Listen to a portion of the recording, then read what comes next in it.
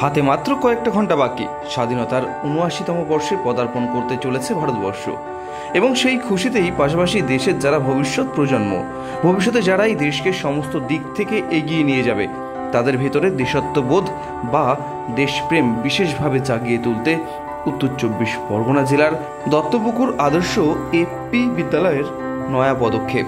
আগামীকাল অর্থাৎ শুক্রবার ১৫ই আগস্ট দেশ জুড়ে খুশিতে মাতবে দেশবাসী, গলিতে গলিতে উড়বে দেশের জাতীয় পতাকা।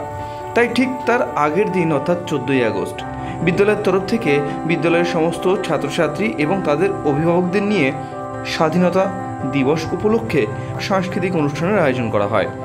এই দিন এই বিদ্যালয় প্রাঙ্গণে অস্থায়ী মঞ্চ করে বিভিন্ন সাংস্কৃতিক নাচ, গান, আবৃত্তি, নাটকে অংশগ্রহণ করে বিদ্যালয়ের ছাত্রছাত্রী এবং শিক্ষক শিক্ষিকারা।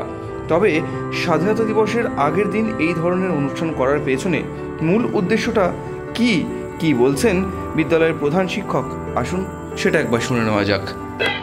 এটা হচ্ছে কালকে যেহেতু 15ই আগস্ট স্বাধীনতা দিবস, এই স্বাধীনতা দিবসে ঠিক প্রাক মুহূর্তে আমরা একটা স্কুলে প্রতি বছরই অনুষ্ঠানটা করি, এবার একটু বড় করে করছি।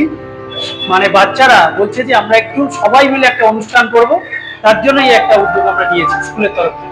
অ্যাকচুয়ালি আমি যেটা দেখেছি সেটা হচ্ছে দেশ প্রেম যদি জাগাতে হয় বাচ্চাদের মধ্যে, তাহলে ছোটবেলা থেকে জাগ্রত করতে হবে।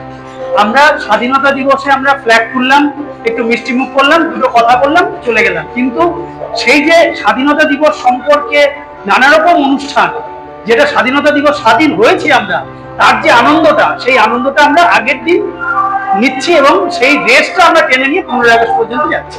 নাচ করেছে, গান করেছে, জিমন্যাস্টিক, যারা যেসব বাচ্চা আমাদের ন্যাশনাল খেলেছে তারা আছে, তারা জিমন্যাস্টিক প্রদর্শন করেছে। এইমাত্র ক্যারেটের আপনি অনুষ্ঠান দেখলেন, এ বাদে ভায়োলিন বাজিয়েছে ক্লাস 2 এর একটা বাচ্চা। এছাড়া নাটক তো আছে, একটা স্বাধীনতা সংগ্রামের উপর একটা নাটক ওই বাচ্চারা করবে। ভবিষ্যতে এই যে প্রজন্ম, তাদের জন্য এটা কতটা প্রয়োজন, গার্জিয়ানদের উদ্দেশ্যে কি বলবেন? প্রত্যেকটা বাচ্চা সাংস্কৃতিক, তাদের মধ্যে মনোভাব থাকার দরকার। কারণ সাংস্কৃতিক জগতের লোক যারা সাংস্কৃতিক মনোভাব থাকবে, তারা কিন্তু কোনো খারাপ কাজ করতে পারবে না এবং তারা সবসময় একটা ভালো চিন্তা নিয়েই তারা ছোটবেলা থেকে তৈরি করে।